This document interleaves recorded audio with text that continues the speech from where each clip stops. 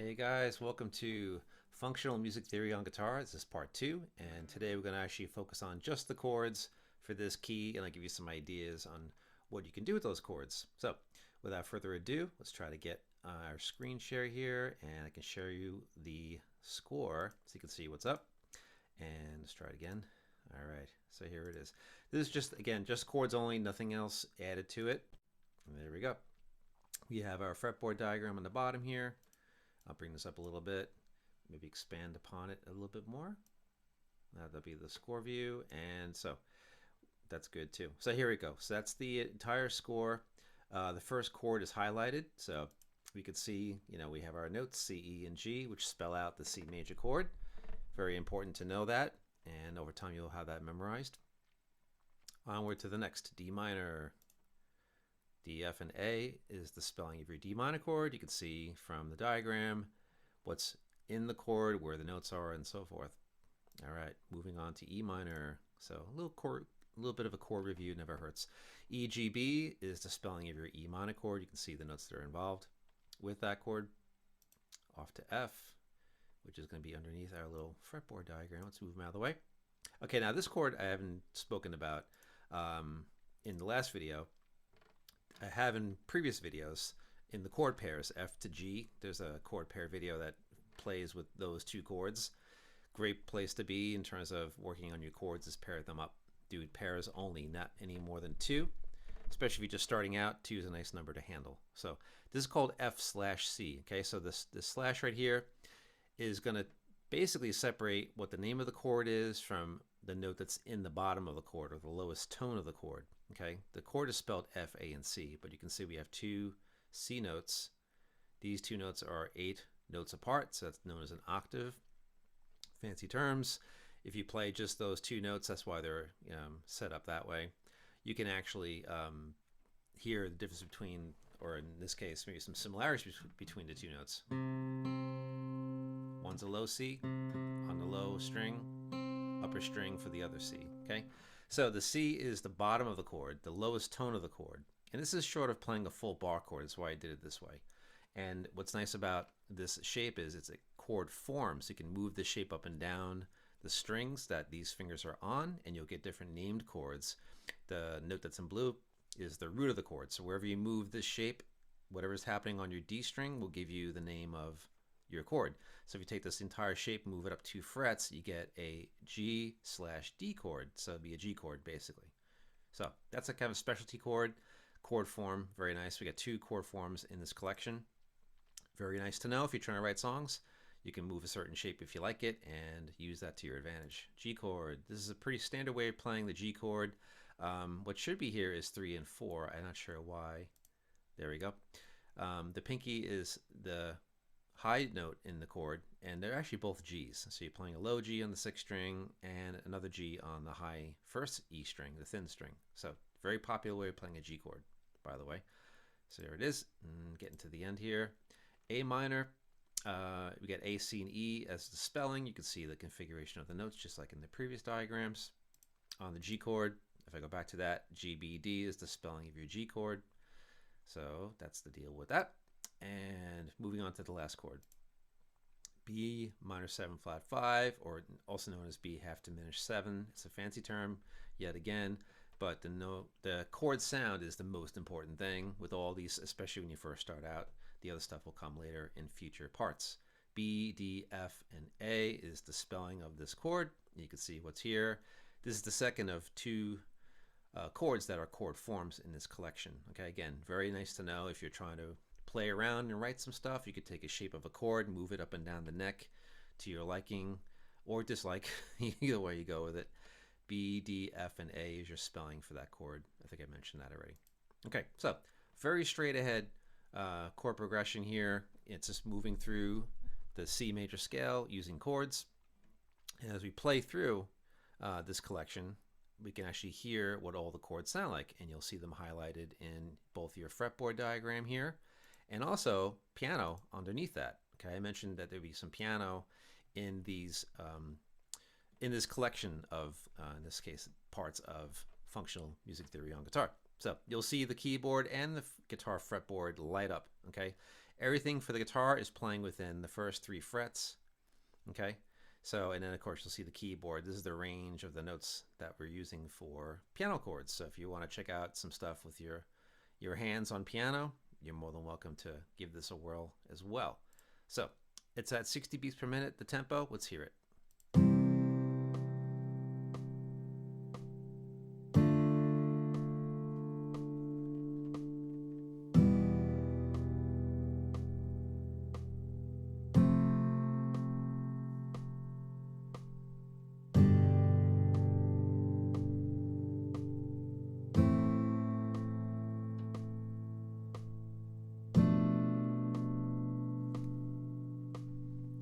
And then from there, you can go back to the C chords. So that's just a collection of the sounds. And again, the idea behind these chords is to be able to kind of put them together in different ways. All right. So let's actually stop this share and go to a different share. We're going to go into just the chords. Let's see if I can grab it for you. And let's see if we can get it here. All right, there they are. So here's the chord collection, much bigger. You can see the fingerings, but the names of the notes are not there anymore. Okay, so we have X's and O's on top of your chord diagrams. Okay, that's going to tell us which strings we play with the right hand and which strings we don't play with the right hand. So anything with an X over a string, we're going to skip. And of course, anything fingered within the fretboard diagram, we're going to use those notes. And then zeros are open strings. We're also going to include those notes, of course. Okay, so X is the string we avoid. We keep everything else. Long story long. So now the idea with this is to take certain chords and put them together to see what they sound like. That's a simple sort of way of kind of getting to what we want to do if we want to write a song, or if we're trying to just get the chords together. And then while we play through these chords, we want to listen really intently. That's called sort of not comparative listening, because comparative listening comes after. So the focus learning is what we're looking for. We're trying to get to the attentive listening, which is hearing what this particular chord collection sounds like, but done in a way where we pair things up or we put them together in 3s or 4s. You could easily just play right through all 7 chords here from this key and see what they sound like, and then start making decisions. So we could do a thing where maybe we focus on the C, the F, and the G chords to hear what they sound like. So you would have C chord, F chord with the C in the bass, and then hang out with that.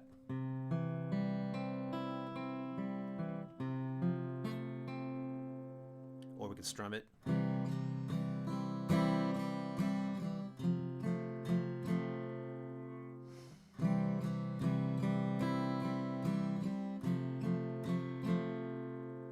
Okay, so again, these are things you can do as you play through. And doing things in pairs like I just did, playing the C chord and then going to the F C chord, you know, the F chord, the C and the bass, that's something I can play with and see what I want to do with that, you know, so I can continue to pick out the notes.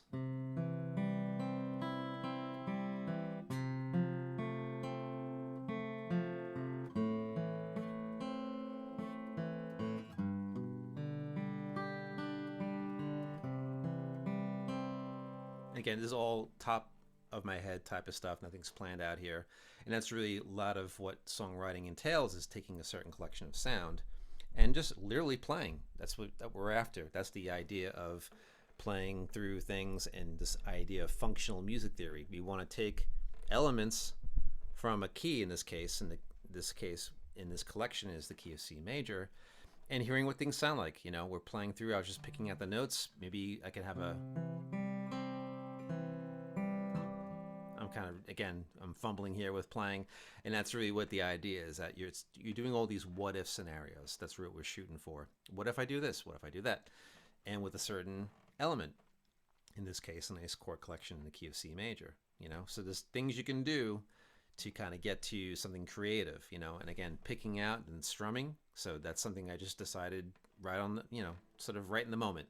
Just like I'm doing this lesson, it's very much, you know, very sporadic with a certain collection of material, and just kind of going by it, you know, not really kind of focusing too much on terminology or anything like that. We're just going for sound. That's the thing we're shooting for. All right. So if I go to the G chord, I think before what I played was the C chord.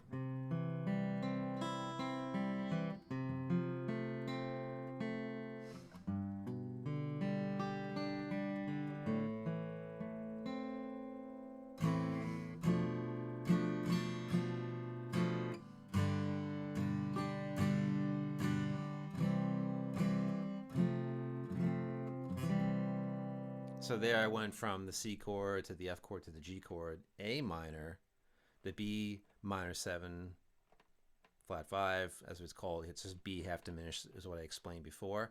Then I went to G after that, and then I went back to C. So again, just randomly taking a certain collection and playing with it, you know? So it starts to branch out that way without getting too particular or too specific. I'm just trying to hear what things sound like, trying different things with my left hand, with the picking of the notes and strumming of the chord. That's a lot of what is entailed with creating this stuff in terms of, you know, being able to function with it, all right? So the other thing I want to talk about was the chords in terms of numerics or numerals. And what we do a lot of times in music theory, if you want to do a chord analysis of a key, we put numerals to all these chords. Like this would be the 1 chord, the 2, 3, the 4, the 5, 6, and the 7 chord. And that's basically taking the notes of the C major scale, C, D, E, F, G, A, and B, and putting Roman numerals to it. So we can actually use capital Roman numerals for the major chords, you know, so you would have like a, you know, uppercase Roman numeral. That's what we tend to use that for, you know, sort of organizing everything, right? And then say if I want to do a 1, 4, 5 chord progression, right? It'd be going from the C chord to the F chord to the G chord. Okay, that's one of the ways we kind of explain away a chord progression. We use numerals to kind of find out what we want to do. Like say if I want to do a 2 chord and then a 5 chord and a 1 chord, that'd be known as a 2-5-1 chord progression, which sounds like this. I'm just strumming chords, D minor, G, and C chord. Right, and I can decide where I want to go from there. So I can stay with the same collection, D minor, 2 chord, G chord, 5 chord, and 1 chord, C chord. Okay, so I'm just letting those chords ring out. I'm listening to the way they sound. I'm making decisions right on the cuff, very spontaneous. That's really the heart of creation, right? But I'm working with now a sort of a collection. I sort of identified the chords by numerals, and then I play it and see what it sounds like. Maybe I want to go back to the 2 chord.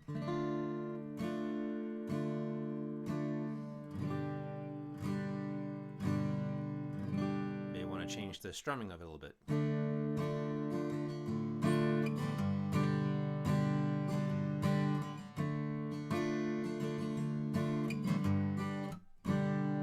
Let the chords ring out, stop the chords. All kinds of experimentation goes on with this process, and that's really the heart of, again, being able to function with this stuff, right? I explained the numerals, and then we talked about creating that and functioning with it. Okay, what if I do this? What if I do that? That's the functionality of the stuff, right? That's what we're after. Now say I want to go to, I'll take another collection. Maybe I'll hang out with just the minor chords. Maybe I'll do D minor, E minor, A minor. See what that sounds like, right? So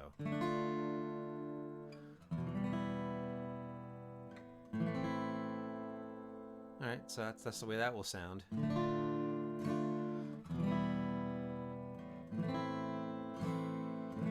So maybe D minor, 1, 2, 3, 4, 1, 2, 3, 4, 1, 2, 3, 4, 1, 2, 3, 4. And then with rhythm, that's a whole other area. That's really what comes down to the right hand techniques I'm using, whether I'm picking the notes or strumming the chord. There's a certain rhythm that's involved with that, which I'm not going to get into on this particular part. Really, the idea is now taking the information, being able to create something with it, right? And that's really kind of jumbling the order of the chords, right? Again, the 1 chord would be like a capital Roman numeral. D minor, E minor, those are minor chords. We use Roman numerals that are small for those. Looks like 2 I's, you know, letter I side by side here, lowercase. 3 I's side by side, lowercase.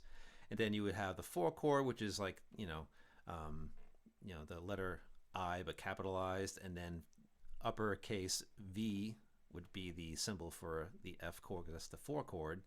And then a capital letter V for the 5 chord. Small letter V with the I lowercase next to it would indicate the 6 chord, and then lowercase v with 2 lowercase i's next to it would be the 7 numeral that you would use for the 7th chord. Okay, so I didn't want to cloud the screen with that type of thing. I just want to give you the collection, and then you can decide what you want to do in terms of the order of play, how you want to play through these chords, right?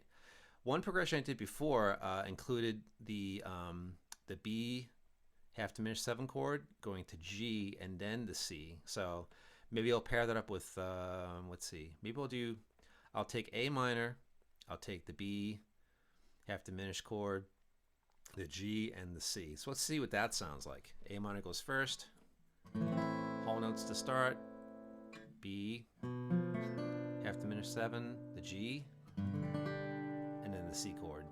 All right, so we have this sort of minor chord sound with A minor, right? We have the G chord. I think the B minor, the B half diminished was after that. Sorry, A minor, B half diminished, G, C. So I got 4 chords here. Let's see what they sound like. A minor's first, B half diminished, G chord, and the C chord. Okay, so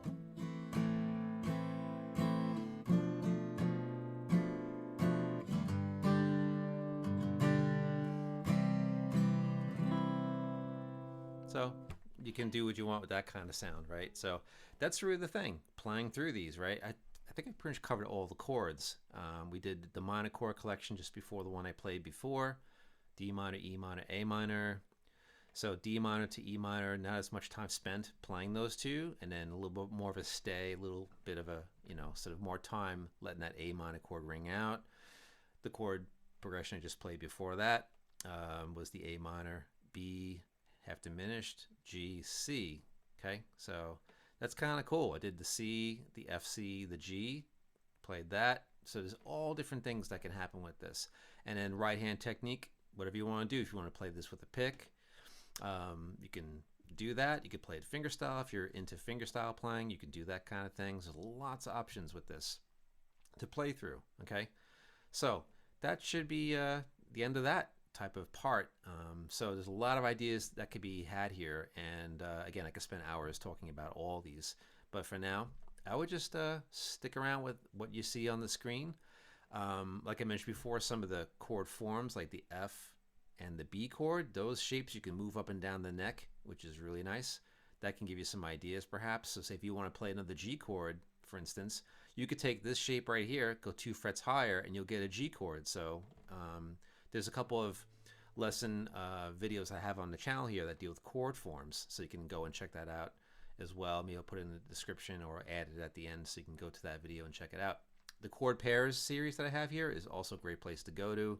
You don't have to stay with a certain key, even though I'm starting here, because the idea is taking music theory and be able to function it with it. So functioning with one key is a great place to start, and there's 12 keys in music. So this is the first of 12 different installments on music theory for guitar.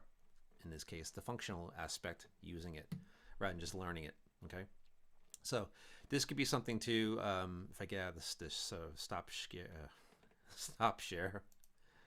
All right, if I can just speak today, it'd be great. So again, I'm doing this all very spontaneous. I'm gonna probably just release this video as is, because that's the idea. I don't want to sort of do a bunch of edits to the video. I want to kind of give you the idea, even though I'm trying to speak and not having a good time of speaking today. The idea is spontaneity and creation, right? So that's what we're shooting for with a lot of this. Going through these things. Just want to adjust the camera just a little bit there.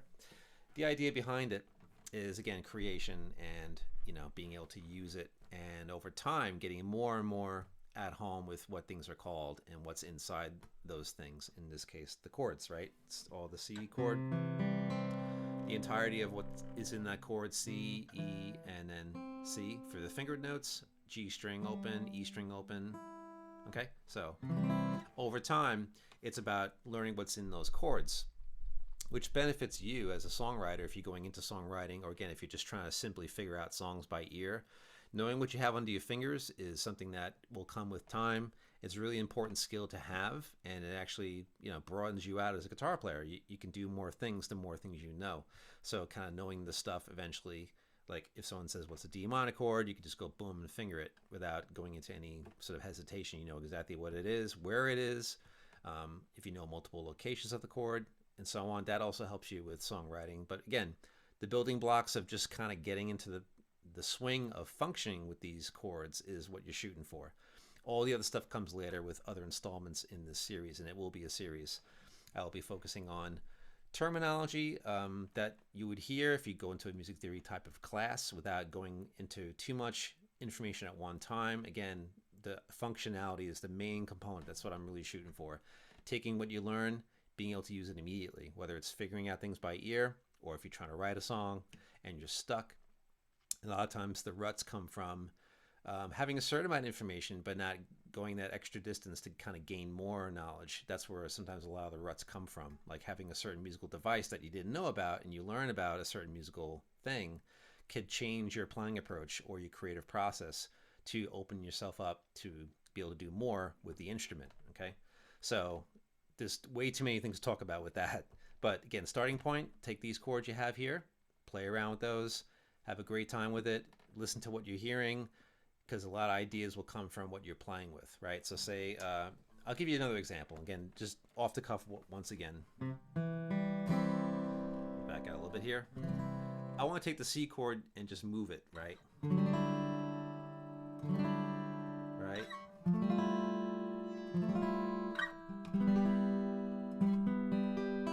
So I have these open strings. In this case, the G and the E string are open.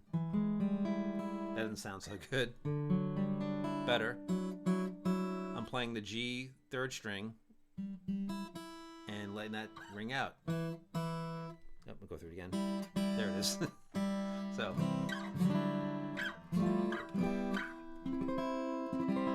This is actually a C chord way up here at 15th fret. If I take the shape of the C chord that's down here, add 12 to 1, 13, you get another C chord. But it sounds a little funky because you have open strings in there. That could be a nice ending chord for a song, for instance, based on the C chord, which is what this is. It's another C chord. C, E, open G, open, actually fretted C note on the second string, open E string on top. Maybe you want to close that chord off on the very top and add a note.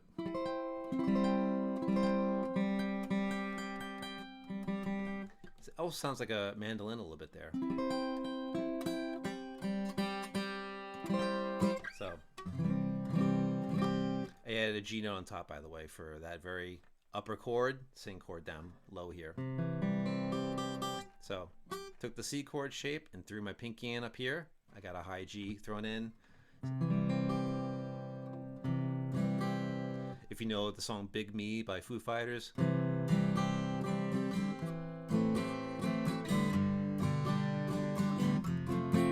right, that's in the key of C, that section of the tune, the beginning, the verses. When it comes to the chorus of that song, it's a different E major, F, so those aren't in the key of C. But anyway, that's a whole other area of discussion. So that's the idea. So just from playing that first chord, the way I played it kind of brought in like, oh, that sounds like Big Me by the Foo Fighters, and it actually is. So, and that song uses the C major chord, A minor, G, and F. Okay, so if you need a place right off the bat to find where these chords are by key, that's a song right there you can go to and check out. So if you've been trying to figure that song out, you're not sure what the story is, there you have it. Okay, so anyway, there you go. I think that'll wrap it for today, and I hope you enjoyed this video. If you like all the videos here, or if you like this video, feel free to like and subscribe. And I do thank the ones who have recently subscribed. I appreciate it. I have a ton more videos to come, but that's the one for today. Okay, so I'll see you guys on the next one. Have yourself a good one. Bye.